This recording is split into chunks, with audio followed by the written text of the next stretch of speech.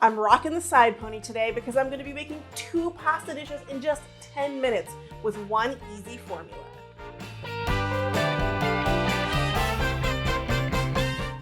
Pasta is obviously an adaptable and quick meal to have. You can have it on the table faster than you can order takeout. And over the past few years, I feel like I've really cracked the code on creating a really awesome restaurant-style pasta at home. And it comes down to a formula or methodology I'm calling the 5 F's. Today, I'm going to make 2 pastas in 10 minutes, I hope. I hope it works. Using that formula. I'm going to make them at the same time, and I'm going to show you kind of how adaptable this formula can be by creating 2 very different kinds of pasta. So first, let me tell you about the 5 F's. The 5 F's are basically the ingredients you're going to use to create your pasta, and you're going to think about them in kind of categories of different types of ingredients that you can use and change up to create any kind of pasta dish you want. And it's really helpful for just using whatever's in your refrigerator or in your pantry. So, the first F is fat. And that's going to be whatever you choose to saute your ingredients in. And obviously, for pasta, you might go to olive oil, but butter adds a whole new taste. And also, you could use something like bacon fat. So be creative in the fat you choose to use. It can add a depth of flavor to your pasta. The second F is flavor. And these are the aromatic ingredients and kind of main ingredients in your pasta that is going to give it a specific characteristic. So it's going to be things like shallot, maybe onions and leeks, but also things like shrimp and ham and bacon. Those things are going to cook together and they're going to create that base layer of flavor in your pasta dish. F3 is foundation. So this is really the foundation of your sauce, and it's often going to be something liquid-ish. I say that because today I'm going to make my ricotta pasta, and the ricotta is not really a liquid, but it stands in. So this could be something like tomatoes, white wine and lemon if you're making like a shrimp scampi pasta, some vegetable broth, a combination of a few things, and that will create that base, that foundation for your sauce. The fourth F is flour. And admittedly, this is a bit of a stretch, but it's your pasta, obviously. You can use any pasta that you like. I realize that there are pastas that technically go better with different sauces, but this is your dish. Use what you like, and I like any kind of pasta that I can twirl. So I'm going to use spaghetti today for both of my pastas. The other part of flour is the starchy water that comes when you boil your pasta. This starchy water is going to be used to bring our pasta together. The starch in that water acts as an emulsifier and a thickener. And so it's going to basically bring all of your ingredients together into this nice, rich, smooth sauce. And this is the magic ingredient that I really think has upgraded my pasta game over the last few years when I really understood how to use that pasta water. And I'm obviously going to show you that when we start making the pasta. And finally, the 5th F, which is finishers. There are those things that you're going to add after that pasta has been taken off the heat. So often this was going to be things like grated cheese, but maybe it's going to be something like some chickpeas, which just need to be warmed up at the end, or some peas that you've defrosted, again, that need to be warmed up. Anything that's already cooked or that don't really need any heat, those are going to be your finishing ingredients. So I'm going to go grab my prep. I'm going to let my water come up to a boil, and I'm going to set my timer and see if I can make 2 pastas in just 10 minutes. Okay, my pasta's at a very fast boil. So we're gonna add our spaghetti.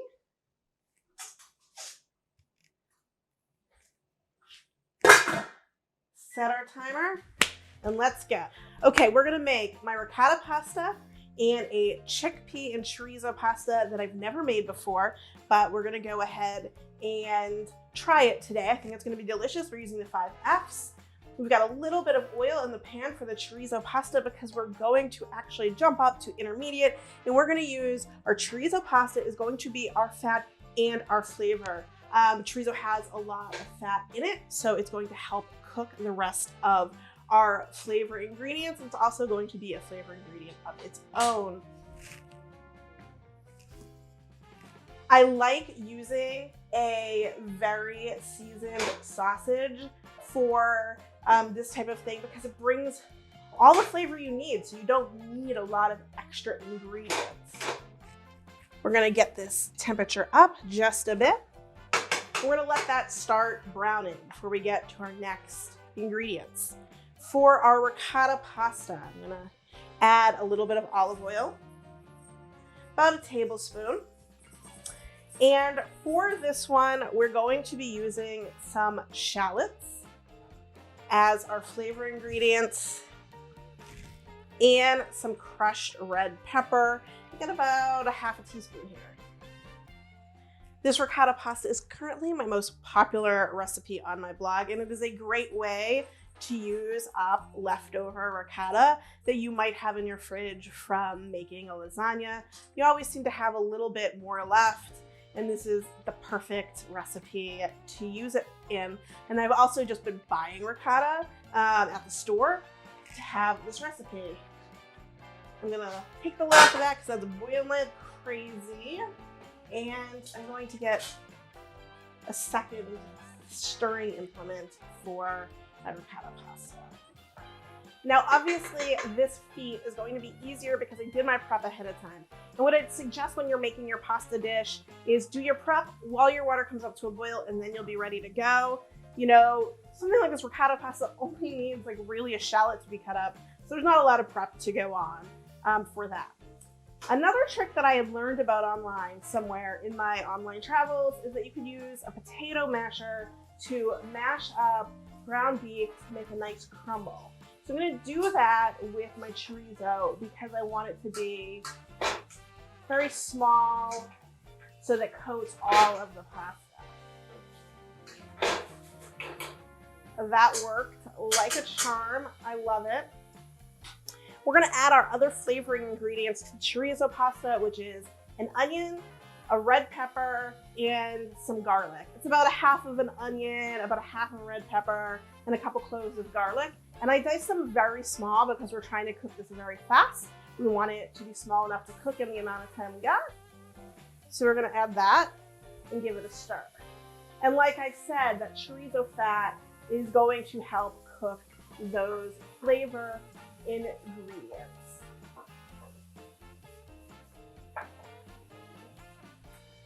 We are 5 minutes in. Now I know this ricotta pasta, the shallots and the crushed red pepper really only need a few minutes. So I know we're gonna be okay on that.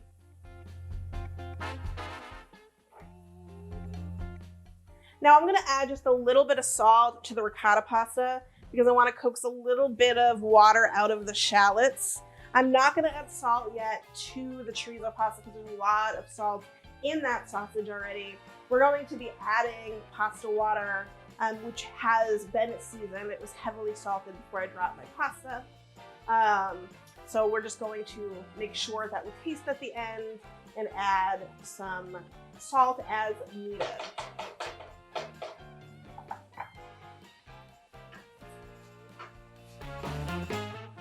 All right, this is looking pretty good. Now, for the chorizo pasta, my foundation ingredient is going to be this can of diced tomatoes with all of its juices. And we're gonna just stir that in and let that simmer together until our pasta is ready. Now for our foundation ingredient in the ricotta pasta, it is the ricotta. That actually is gonna come in along with the pasta because it doesn't really need to cook for a long period of time. It just needs the heat from the pasta and the pasta water. So we have those things. I'm just gonna move those to my cutting board, my ricotta. We have some finishers here. Let's get this out of the way because I know I'm going to want to put my pasta pot right here when my pasta's done. Giving my pasta a stir, I can really tell it still has a few minutes left, a couple of minutes. We're down to 3 minutes, so I don't know if this is going to work, this 10-minute for 2 pastas, but time will literally tell. All right, we have 1 minute and 24 seconds left. Now I know how they really feel on Chopped. Let's give our pasta a taste. You know, it might be the pasta that holds us back, but it's still a little too al dente for what we need. 30 seconds left, and I don't think I'm gonna make it. But that pasta's almost there. 10, 9, 8, 7, 6, 5, 4, 3, 2, 1. Oh. Time's up.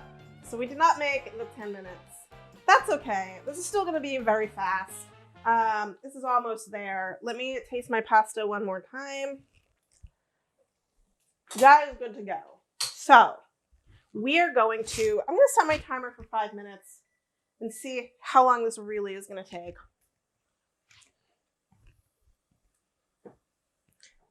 Now my ricotta pasta, facial, my ricotta pasta is ready to go. So I'm gonna go ahead actually and add about half of this pasta. I had a pound of pasta, so about half a pound for each.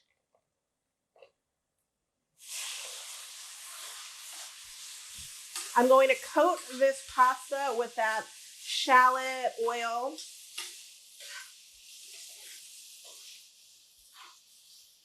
And then I'm going to go ahead and stir in my ricotta cheese.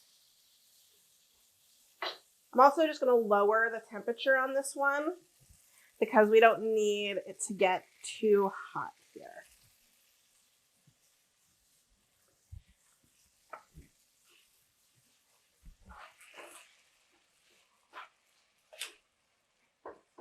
Now here's where that magic ingredient comes in. I'm going to just take a bit of this pasta water and add it in and let this cook a bit. And what's going to happen is it's going to first loosen up our sauce here, and then as it cooks a bit and melds with the pasta and the sauce, it's going to thicken up. And this is where I'm turning up my heat just a little bit to help that starch sort of soak up all of the liquid. And I'm going to use a little bit more of this pasta here.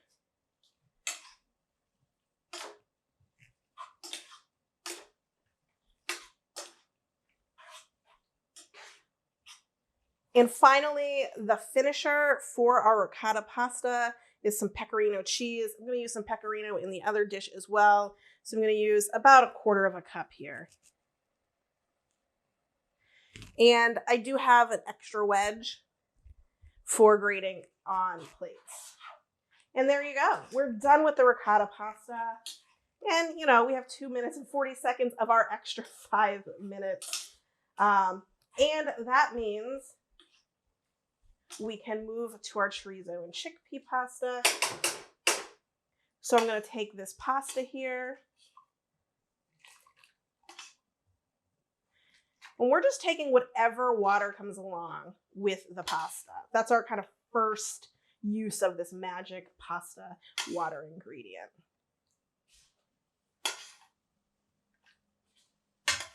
And I want to get all the spaghetti. I'm going to put a little bit more in here. All right. And so we're just going to stir this all together.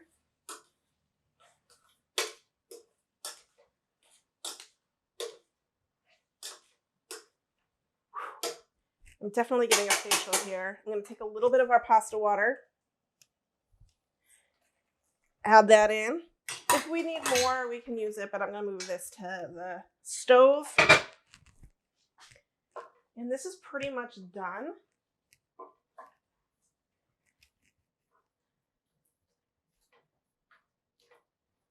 We're going to add our finishers to the chorizo pasta now, which is our chickpeas and about a 1/4 cup of this pecorino. You know, manchego cheese or maybe a Mexican hard cheese would have been a little bit more on brand, but I didn't have that in my fridge and it's going to be okay. And there you go. 2 pastas in 14 minutes. Okay, now we taste.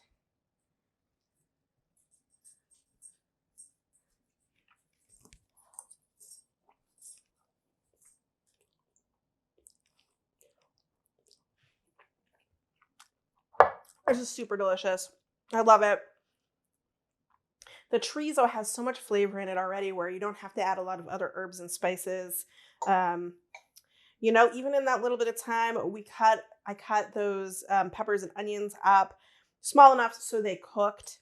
I think the only one little mistake I did was I added a little bit too much pasta to this bowl. I didn't do an even split. So I kind of wish there was maybe a little bit more chorizo per bite, but overall a super tasty pasta. And I had all of this stuff in my fridge. I had like an extra link of chorizo from a different recipe I made this week. I had chickpeas in the pantry, diced tomatoes always. I mean, so just use your imagination. Whatever you have on hand, use the 5 Fs and come up with a new pasta. And you know what? Let's just try this. I know it's going to be tasty. What I love about this is the ricotta makes it so creamy. All right. Well, it is dinner time and I still need to take a couple pictures of these. So I hope you liked this video. I hope you learned something and you start trying new pasta dishes. And if you liked this video, please give it a thumbs up. Click that subscribe button and that little bell button to be alerted when I launch a new video. And always, thank you so much for watching. Now go have some fun in the kitchen and use the 5 Fs to make a delicious pasta dish in almost no time.